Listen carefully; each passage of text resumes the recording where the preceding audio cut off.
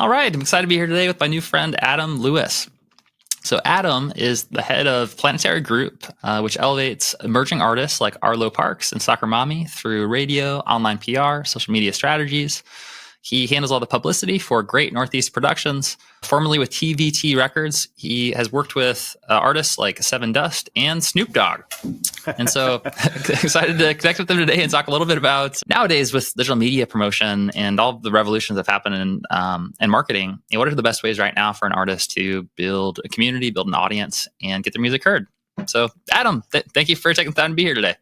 Yeah, thanks for having me. It's great to be here. I mean, I wish I still worked with Snoop Dogg. I mean, he's having a pretty good couple of weeks over in Paris right now. So, oh yeah, I haven't seen what's. Well, he's part of the Olympics, right? So, that's right. I saw a meme. He was walking around with the torch, and it looked like a giant joint. But he stole, he stole the Olympics basically this year. So good for him. Anyway, but yeah, great to be here. It's good to have you here, Doc. I think the meme that I saw was something like, Snoop Dogg has completed the most side quests in this video game of anyone. And it was like him in the Olympics, and it seems true. Like Snoop Dogg, he has so many interesting, fun side quests that he's been on. Adam, for anyone that this is their first time connecting with you or meeting you, I'd love to hear just a little bit about your story and how you got started with Planetary Group and working with artists like Snoop Dogg. Yeah, listen, I mean, it's my company. I started it, right? So it's all I ever wanted to do was be in the music business, right? So when I was in high school, I was reading Rolling Stone and Billboard all day, every day, going through the charts, studying it, just really obsessing over it. So when I went to college, I had one thing on my mind, and that was to take over my college radio station as soon as I got there. And so by the end of my first semester, took it over, ended up running my college station for 3.5 years, took over the booking on campus, started doing shows in the, student union and the pub and whatnot, became the music editor of the school paper, put a couple records out in my dorm room using the money I made from selling extra promos from the radio station. I was really driven. It was really all I wanted to do. And I was just hooked. I was hooked very early. And, I got hooked on growing up in Boston, great place to grow up, in terms of, at least especially in the 80s, great music scene, great record stores everywhere, great used record stores. So, for a kid with not a lot of money, you could go in and discover a lot of great music. And I got hooked on reading the liner notes and just wondering who these people were. And Billboard used to show all the photos of artists and managers signing deals with their labels, right? So you start thinking hey, who are these guys signing these contracts? I want to be one of these guys, And so that's kind of what got me hooked. And I've been doing it ever since. I've never had, a real job. I've never made a resume. I just started doing this and have never stopped, and like I said, I was putting records out of my dorm room. So, it was school was kind of secondary. I did well, don't get me wrong, but it was all about kind of getting involved early. And those people I met in school that I started working with, I'm still working with some of those people, today. No one goes away in the music business. So, so that's been a great thing. And so as I started doing stuff and working records and getting more and more known, the company kind of evolved as that. People knew me as someone who really knew college radio. So they started offering to hire me to promote their records to radio. I then started. One of the bands that we worked with early on did really well at college radio. They then asked me to manage them. As I started managing them, I needed other services for that band, right? So we then hired a publicist in-house. I was renting a desk from another company in Boston who was an independent promoter. They saw what I was doing, so they then had me start doing their PR and marketing for all of their concerts, which led me to Great Northeast, right? Which is which at the time was the main competition in Boston, as an independent concert promoter. They're most well known for producing all the fish festivals from Sugarbush, Lemon Wheel, Great Went, the Millennial Show down in Florida, all the big summer fish festival shows, some of the biggest concerts ever, right? And I was a spokesperson for those shows and did all the media and marketing, on that. And it all just kind of evolved, right? And Planetary grew as part of that. Great Northeast kind of incubated Planetary, managing that band, all of their needs, kind of grew Planetary's department. We needed a press person at the time. We needed a booking person. We even had an in-house graphics person. We had an in-house sync person really early, in the late '90s. That wasn't normal then. So that's those are kind of the roots of Planetary. And now we're 28 years in of working with new artists and promoting them. I don't really do a lot of concerts anymore. Live Nation and AAG have kind of killed off the independent concert promotion business for the most part. But, once in a while, I think we did one show last year, but Planetary still does showcase shows at all the showcase events. So we'll have a stage at South by and Great Escape and New Colossus in New York, but not so much on the show promoting front. Our world has always been about working with new artists and promoting them and getting the word out on them. And, the company was definitely founded doing radio, but then obviously when the blogs started, we started promoting to the blogs. And as social media got going, we started doing that as well. And I try not to do everything here because I think you end up doing nothing well. So we try to focus, on those kind of three areas and leave it at that. But yeah, that's Planetary. Awesome. Thanks for sharing, man. I mean, it sounds like, your whole company in the past 30 years has really evolved out of this, the seed of just loving music. Literally a dorm room.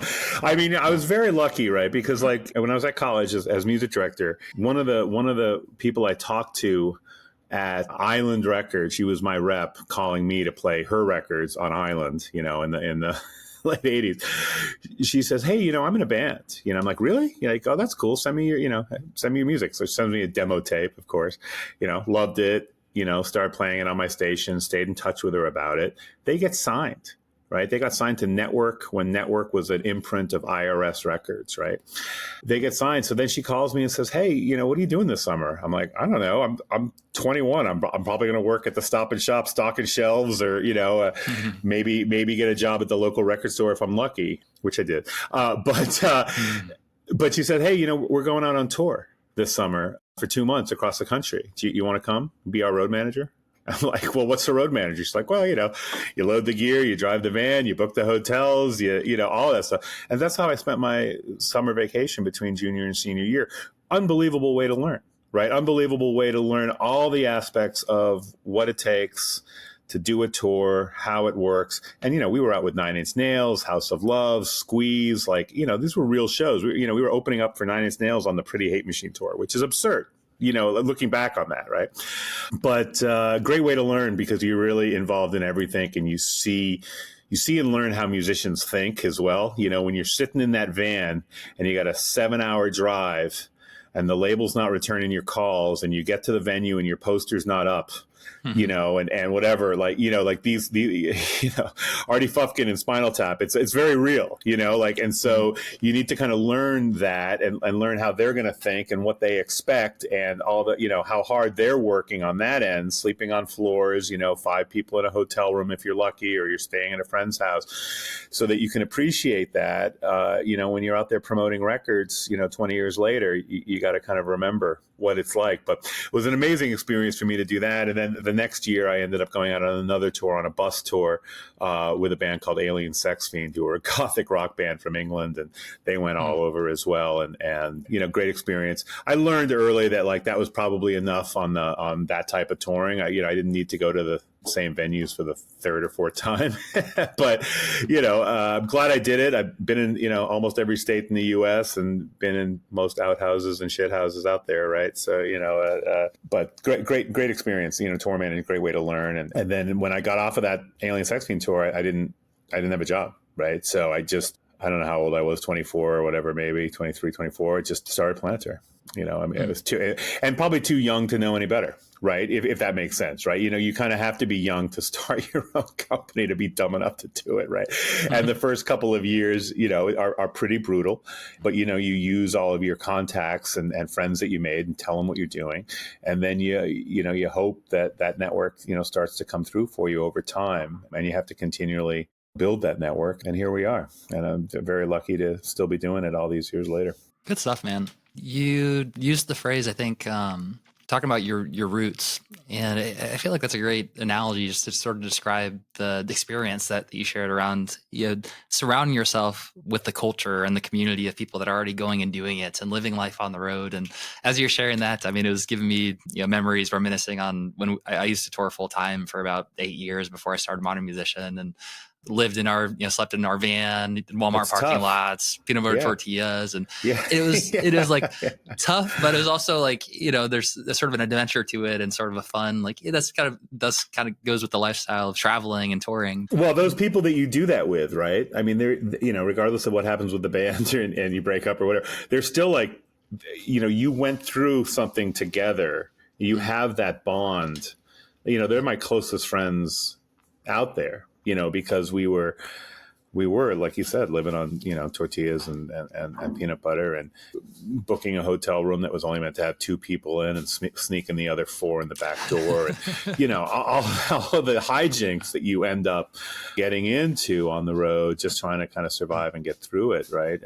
But yeah, it's tough. It's tough, but it is how you learn, and it is how you build that network. I mean, I remember like sometime in my early 20s, I remember I was going out to a lot of shows in Boston, and I remember looking back and looking at the calendar and going like, I've been to a show 28 nights in a row, but I'm glad, you got to put the time in your 20s and your early 30s when you want to do it, right? Because you need to.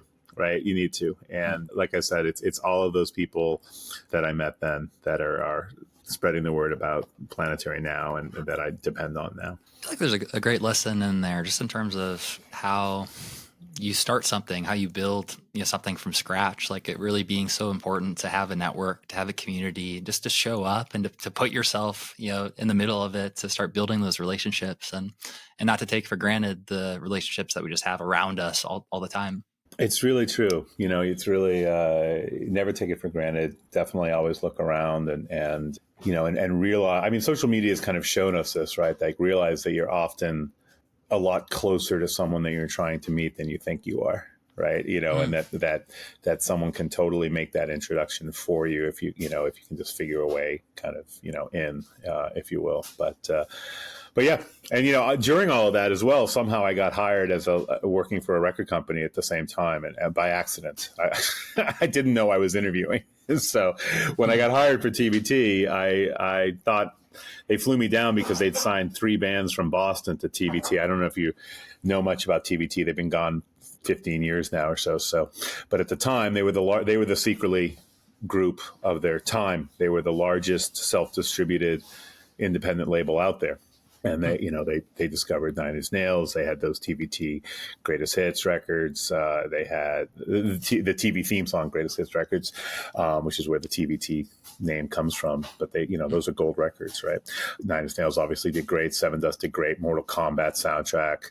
They had Guided by Voices, Underworld during the whole Born Slippy craziness of Train Spotting, right? So it's big records, right?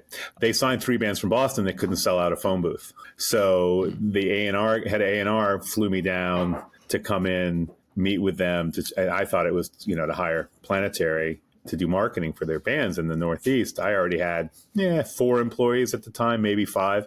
We were just kind of, we were only a few years in.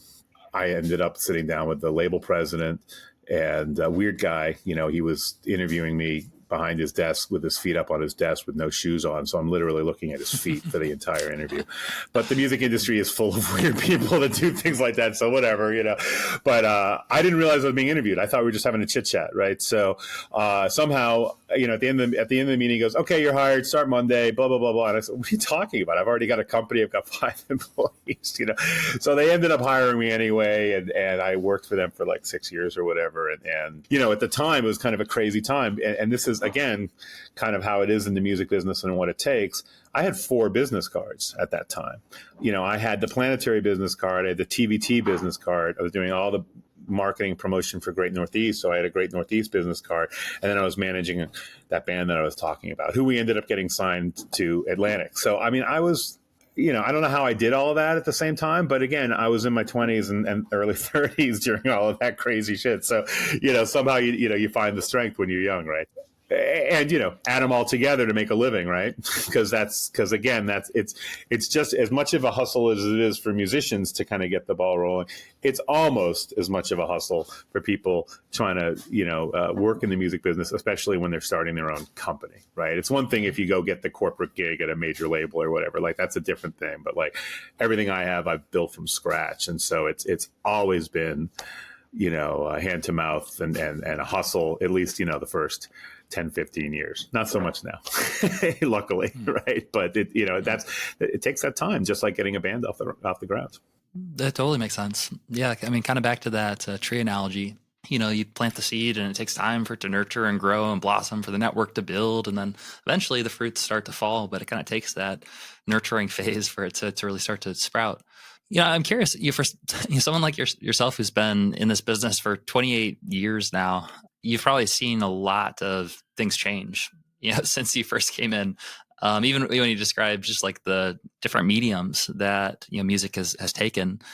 So I'm sure having witnessed these different waves as they've crested and passed, and that kind of continually happens, and there's sort of a similar thing that like all of us kind of go through together as an industry whenever there's a big revolution or a big change. I'm curious, what's your perspective around what's happening right now in the music industry, especially as it relates to things like AI and generative music and digital marketing with social media? There's a lot of fear and concern right now around AI and music in particular. And that probably in some ways follows a similar curve to other revolutions that have happened, but maybe in some ways is different this time. So I'd be curious to hear your perspective on it.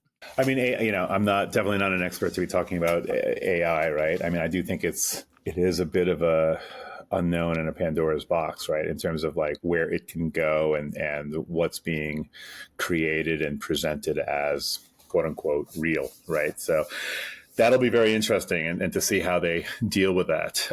Listen, I mean, I think that it's not a surprise that we're at AI, right? Because so much of what we're dealing with in the pop sense of things compared to before. I mean, you've got it's getting to the point where almost anyone can make a record, right? Mm-hmm. And that's what AI will really bring to the table, is that, the common person could make a record and then could have it go viral, and have a quote unquote hit, right? And about 1/50th of the time or 100th of the time in budget. Right. But also generate 1/50th or 1/500th of the money too, right? I mean, because now things are hits worth what they were in the 80s and the 90s and the O's, right? Because things burn so quickly and flip now and don't have the penetration, right? I mean, I come from an era where everyone knew what the number one song was. Right. I bet you if I went around my room in my office right now and asked everyone to name the number one song, this is a room full of music industry people, I'd get 4 different answers, right? Because everyone's kind of in their silo, never have stars been so small, if that makes sense, right? And I'm not even saying that's a bad thing. It's just a different thing, But yeah, definitely that, listen, my first job at a record label was going around to record stores and delivering cleans. Right, which is free copies of records that you get the clerk to scan so that you can jack your chart numbers, right? I mean, it's like literally records out of your trunk type of thing, right? I mean, that's kind of crazy when you think about it, but I guess it's no different than fake streams, right? So the music business has always kind of had hustles, right, to kind of prop stuff up, right? So it just kind of it is what it is. But yeah, I mean, listen, I don't know what's gonna. There's no doubt. We're not going back, right? It's just going to be a question of, do we start having to consume art and have it have a, a label on it that tells us if it's real or not, or if it's, made up of a composite of a lot of other things, what do we believe, right? Who's actually singing, and are we aware enough? Are people aware enough these days to question everything, right? I mean, how often do we fall for something that we see on social media, because we see it instantly, like, oh my God, and then you're like, a minute or two later, you're like, oh yeah, that's totally fake. So how are we going to deal with that with music, in terms of, and you kind of see it too, right? You'll see it at the end of the day, on the live side, things will shake out, right? Because, look at the Spotify 50 or whatever. I mean, most of those artists can't sell out a phone booth, right? But yet on the live side, we've got great business, right? Do you know what I'm saying? So like the live entertainment business has never been better, right? But on the recorded side of things, we're not generating as many long-term stars as I think we would like to, right? So, but there's always bright spots, right? I mean, Last Dinner Party, Chapel Roan, artists like that, are happening, and it's exciting, and doing well. So. Yeah, it's super interesting to me. Just like right now, yeah, it is sort of like a Pandora's box, or there's a lot of unknowns, and and it's evolving so quickly with AI, and that question around learning how to question like what's real, and are there going to be like labels on like, yeah, I think we're starting to see like labels where like this is AI generated or this is used AI. But then it's also just kind of interesting the question of what is reality in the first place, or what do we classify as like as real? I'm not sure I smoke enough weed to have that conversation, right? Wait, you didn't get the prep. You didn't get the prep. You're supposed to smoke a joint before coming on here. Yeah, that's right.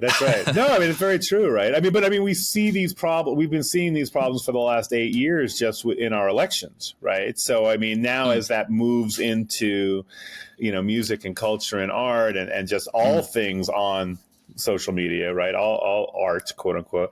It's a very real issue, and there's going to be people that don't believe. I'm sure Elon Musk doesn't believe in labeling anything, right? Let the consumer beware or whatever, right? So it's kind of on one hand it's kind of scary, right? And are we educating people enough to question enough? So I mean, it's important. I mean, I think that this is like a discussion that we're starting to have now. We're going to have a lot of conversations around this, and I think it's one of the reasons. I know there's like a community notes feature that they've added to Twitter or X or whatever you want to call it, that is kind of meant to like sort of provide a label that helps to encourage accuracy and truth. But then the question is who's the arbiter of truth, which is challenging. But the interesting thing I thought about, like just this question of like what is reality, what came to mind was like Santa Claus and like the concept of Santa Claus, and how Santa, gosh, hopefully I'm not spoiling anything, cover ears if you but Santa Claus, like in the literal sense, like he's not real. But in a lot of ways, he's more impactful, and like the concept of Santa, makes a huge impact. And so, like, kind of reality, the question of like what makes something real, like something can be real as a concept or can be real as an idea or something like there's something there, right? Like there's an electrical impulse, like there's ideas or things, but there's also that question of like an idea that is a symbol of something that exists in like material world. And if there's a disconnect there, so where does AI fall on the standpoint of like, if we can imagine, like I'm sitting here and I want to make a new song, and I'm playing it on piano, and I'm like I think this really needs a symphony in it. Like I need like an orchestra, and then it just like pulls in behind me. And then if I like could somehow, if I'm using like a Neuralink and I'm like thinking and I'm, wanting to play this orchestra, if there's a connection coming from like the human or the human creativity that's sort of like extending that and organizing that as a conductor, maybe that's the thing we need to figure out. You're the musician, right? So, I mean, like, you tell me, like, what is the ability for you sitting in your bedroom with your keyboard to be able to add in that orchestra to a song? That's incredible, right? That's a great piece of art, right? So that's great. You make this great thing. Then the downside is there was no orchestra hired to make that, right? We see it here in LA, these big, beautiful, old studios that have been around forever that have made some of the best records of all time are literally going out of business right? Because they're not needed anymore. And, are we losing something? And is it less opportunities for those musicians to earn a living?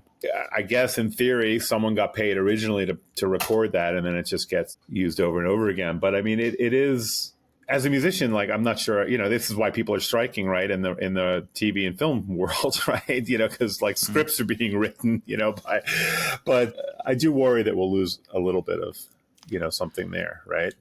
Yeah, I think it's I think it's a valid thing to worry about and be concerned. And I wonder if people, a lot of people go back to tape now, right? And they want to record on a real console, and they want to record on tape, So you wonder if maybe like at some point some people will be like, yeah, I'm not using that technology. I'm going to do it the old school way. Just kind of like what we're seeing now with like, I go to all these record fairs now. I'm totally hooked on vinyl again, reliving my youth of digging through used record stores to find great shit. And, 50% are old guys like me, and 50% are all teenagers, male and female, I might add, who have only grown up in the digital world and want something more real. So you wonder, like, as much as AI will come in, you wonder also if there'll be a backlash of just people being like, hey, you know what? Like, I know that's fake because I grew up with it, and I want the real thing. It sounds better, just like vinyl sounds better, right? Will the real thing sound better than the AI generated? I don't know. It'll be interesting to see what balance they're able to put into that. There's always going to be people out there putting records out that are completely fake and have hits with it, right? I mean, there's the disco era was known for it. It was a producer's medium, right? Of one guy just producing a record with a fake band name, and there you go. And have a hit record, make a lot of money. So, it'll always be there in some level, right? It's super interesting. And I think you're right to bring up that point of like, in a world where there's so much digital stuff and social media, and there's a lot of like, I don't know, it seems like it creates a natural tension / like a attraction to what's natural. And there's a lot of movement, towards, I don't know, more human to human connections, experiences. That's probably why live shows are still so important and valuable. And you got to think that as more and more things become more digital and AI generated, that there's also going to be like a sort of a counter movement to that. I think I heard Sam Altman, the CEO of OpenAI, answering a question, something related to like, in this post AI world, like, what do you think is going to happen in the market, and what kind of businesses or products do you think are really going to thrive? And I think he said something like, he doesn't know because no one really knows, but his prediction is that we're going to see more of a premium on high value in person, like human to human experiences.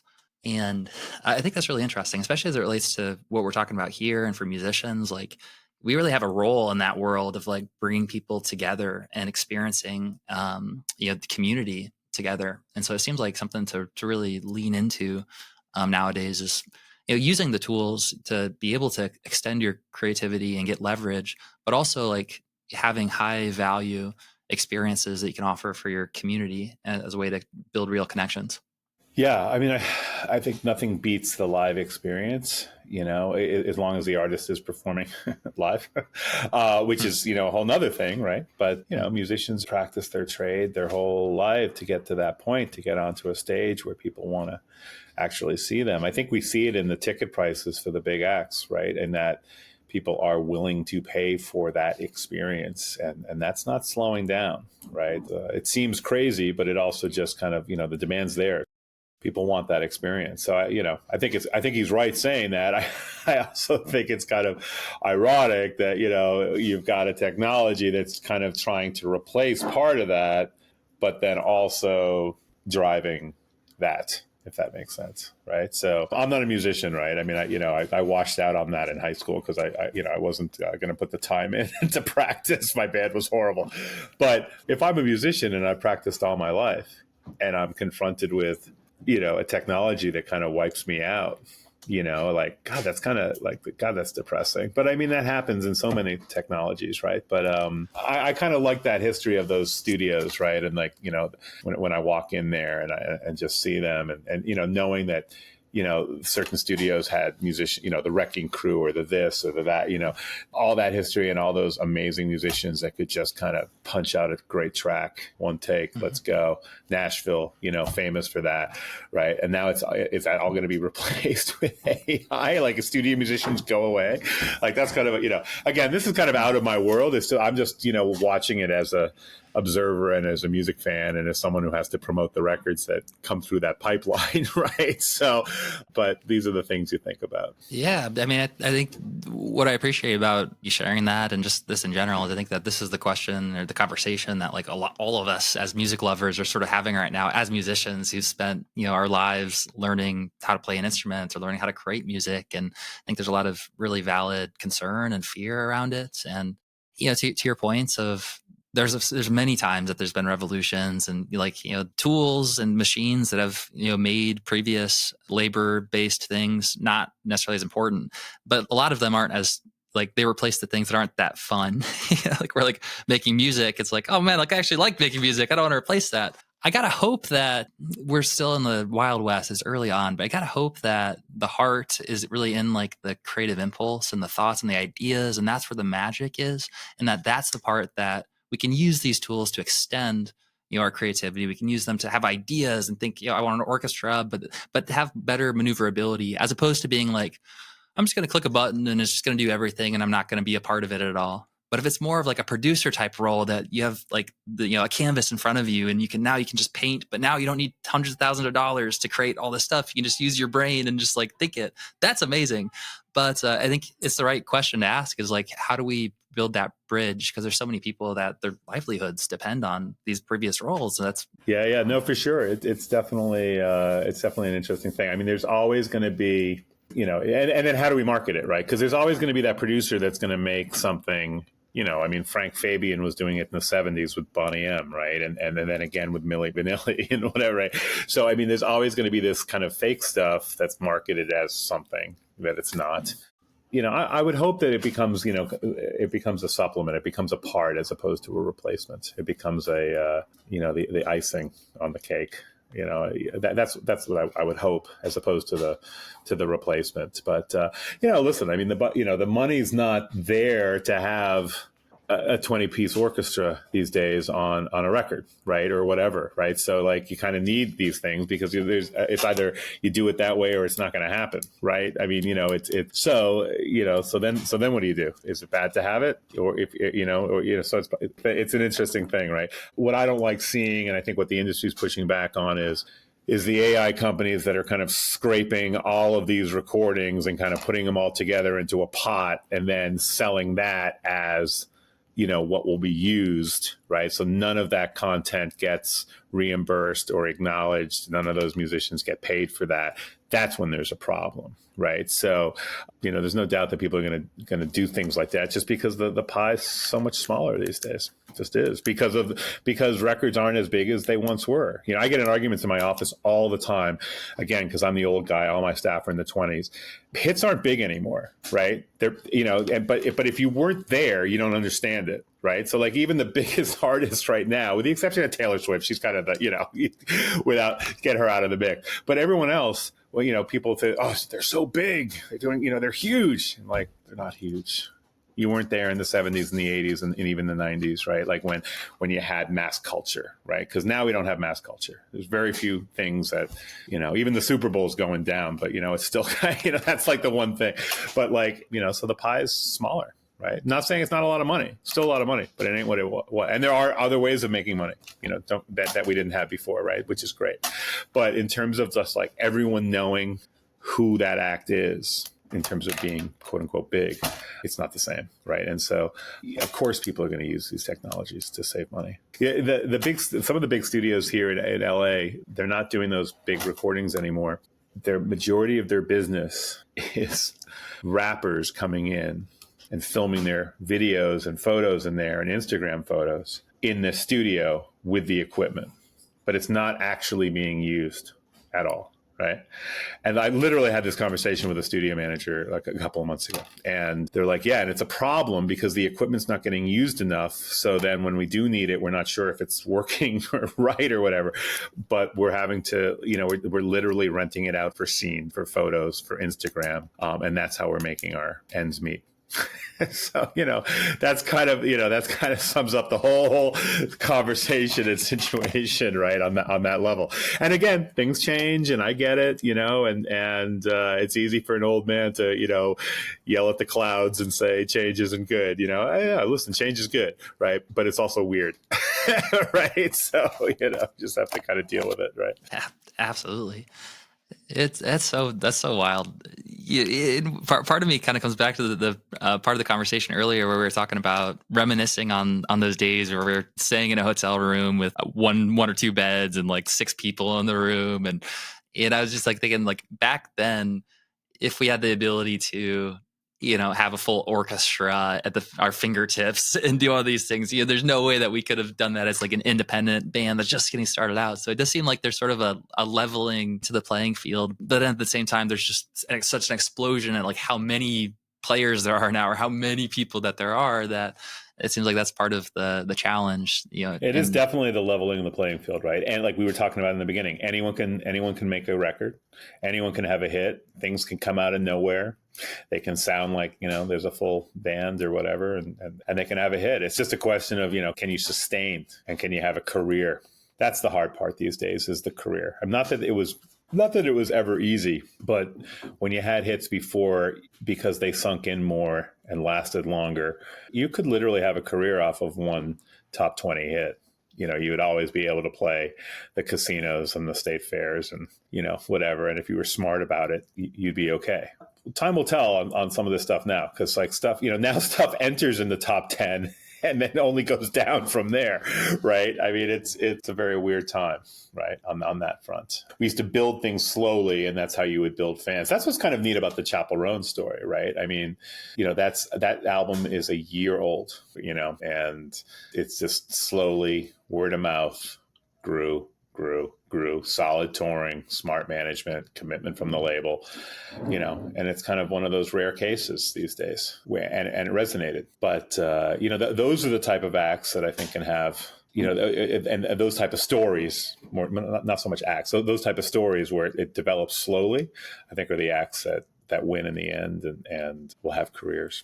The other thing I laugh about is my staff coming in with cassettes that they just bought. I'm just like, what are you doing? What are you doing? I say, you were clearly not there the first time. Let me get you a pencil. Yeah, the first time your favorite cassette gets spit out by your tape player, it will be the last time you want a cassette. Anyway, yeah, it's funny how things change. But says the guy who goes to a record fair almost every weekend now. So Good stuff. Well, hey man, I super appreciate this conversation, and to come back to that analogy with like the roots and building it. You talked about how the artists that you see, actually doing it the right way and building a foundation, building their root structure over the long term, like those are the ones that stick around.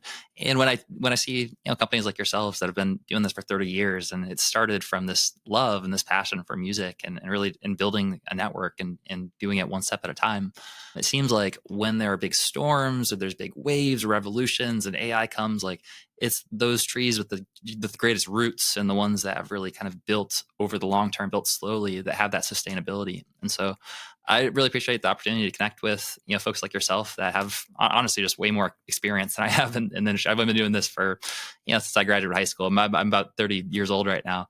But so real quick before we wrap up, I would love to hear a little bit more about if artists are listening to this right now and they're interested in working together, or they're interested in learning more about what you offer. Could you share just a little bit more about who are like the ideal candidates? What kind of musicians do you work with? And how can they where can they go to connect more?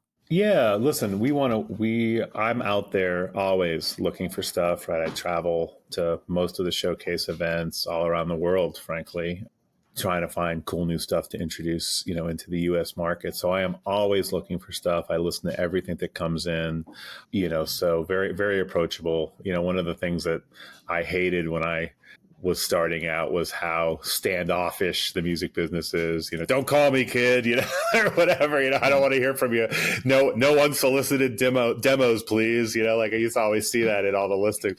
So I really try to be anti that, right? So I try to have our website be really like warm and trying to encourage people. And we have a lot of self-help articles on our site, and just trying to be more of a bridge, right? So people can always reach out to me. I'm Adam at planetarygroup.com is my email. The website is planetarygroup.com. So, there's a web form right on there to reach out, and we get back to everyone within a day or so. In terms of what we're looking for, just looking for something good, right? And you know it when you hear it, right? I work with every type of music out there. I don't claim to be an expert at every type of music, but if I'm not, someone in my office might be, so style wise, we work a lot of indie pop, indie rock, because that's kind of the biggest genres out there, right? But when it comes to like working stuff to radio, college radio, non-com radio, we can work with singer-songwriters, hip hop, world, jazz, metal, doesn't matter, because those formats are so diverse in terms of what they support. When we're doing a press campaign, a blog campaign, it's more limiting. The sites are definitely more indie rock, indie pop focused. So we tend to kind of focus on that. When it comes to digital marketing, we can work with anyone. It's just advertising at the end of the day. The real key is the artist got something, really good, great, to work with? Do they have something to say? Do they have materials? Do they have a vision and a plan? And do they have a budget? And is there a reason to do this, right? I mean, that's always kind of the bigger question. And, a lot of times people reach out to us too early, right? And I'll just say, hey, listen, there's just nothing here that we can do yet. You've got 3 followers on Spotify. We literally get calls and emails from people that have 0 listens. Their mother's not even listening yet. So it's too early to hire someone like us to help you. Most of the time in those cases, other than maybe, doing some advertising or something to try to build something up there. But, I talk people out of doing press campaigns all the time. Too early, not enough of a story to tell. I do push people to college radio quite a bit because it's just so supportive. You're not going to blow up from college radio. You're not going to become a star from it. But you start building some real fans, at some of those key stations that will become advocates for you. It's not sexy. It's not shiny. It's not the new shiny thing, right? But it's a great little outlet for you to start making fans in a few new towns that you could then try to go play in and do something with that station and start building something with. So every artist is different. They all come to us at different levels, and we just try to, if we like the music, we try to do something with them that makes sense for them at that time. I think that when you're hiring a promotions firm, that firm should be telling you what not to do as much as they're telling you what to do. I don't want to sell someone everything, right? Because it's as much as that is great for us, it very well might not be right for you. So you try to sell them the things that make sense, for you right now, and try to build it from there. In terms of, you were asking some of the artists we work with. We work with all levels of artists, right? All of our clients are listed on our website. It's a long list in terms of who we've worked with over the years. It's always a mixture of signed artists and, signed to, like independent and larger independents. There's always a few major label acts on there. We're generally everyone's kind of first or second record. Like when people look at the big names on our client list, they're like, wow, you worked with so-and-so. I'm like, yeah, well, but they weren't really very well known when we were working with them. I don't take the full credit for that. There's generally a full team involved, and it's not just, you can't hire one person and expect to blow it up. But our world is very much about finding stuff early and trying to present it first so that we can kind of have bragging rights, right? That's a big part of being an independent promoter. So, we introduced Portugal the Man, we introduced Courtney Barnett, Soccer Mommy, Arlo Parks, we worked with very early. These type of artists, Yard Act we introduced. These are great new artists. We're doing a band right now called Personal Trainer from the UK. We're on Bella Union, which is Simon from the Cocteau Twins label. Very cool stuff. But probably half of our clients these days are self-released or really small indie projects. And you never know which one's going to kind of pop or whatever. We try to just make sure that we leave them in a better place than we found them. And that business has really changed. When I started in the early 90s, the projects, it was kind of the other way around. It was mostly major labels large independents, and then a few self-released. And now it's the other way around, right? Which is actually more enjoyable anyway. I'd much rather talk to the artists all day than talk to a bunch of suits that are afraid to stick their neck out. But it's really changed in that sense, and that's great. But yeah, we'll work with anyone as long as it's good and it's interesting, and we think we can help you. Awesome. Well, man, thanks again for the conversation. It's been really interesting, kind of exploring, what's happened in the past 30 years and what's happening right now in relation to that. And as much as things change, it's kind of the same, right? And that it's just a good song. If it's a good song, it's a good song, right? It's just a question of, how quickly things move quicker, right? But other than that, it still comes down to a great. Yeah, man, I love hearing the perspective, because it does seem like, in the analogy of, all these new revolutions for like waves that crest, and they go and they come and they go, but like a wave is always a wave is a wave. And so there's some like similarities to everything that happens. So I always appreciate the perspective from folks who've been through those waves. I feel like it's the same with just one exception. Like it's not there's not as many characters. Like there's not as many kind of like, I miss the old school guys that were driving around in their Cadillac with the records in their trunks and kind of, playing that game. Now the characters are doing, fake streams and shit like that. But like, I really miss those old school record guys that I just kind of saw, the beginning of my career was kind of while they were, rolling down, winding down. I remember one radio promoter I met who controlled the Northeast area. He had a cool record on his desk, unopened, I might add. And I said, "Oh, that's a really great record. We have that at my college station, and it's really great. You got to make that a hit." And he goes, "Listen, kid, I haven't listened to it. I'm working it. I don't know if all I need to know is if it's fast, medium, or slow, and then I can make it a hit." And I miss those guys. What I mean? Like, now everything's data, and what's the conversion rate, and what's the what I mean, and all that type of stuff. It's all math. I didn't get in the music business for math, right? I relate to those guys a little more, So it's kind of that's the way I see that it's changed. But at the end of the day, a great song is a great song. So great song is a great song. Good stuff. Cool. Well, like always, we'll put the links in the show notes for easy access. And Adam, thank you again for being on the show today. My pleasure. Nice to meet you, Michael.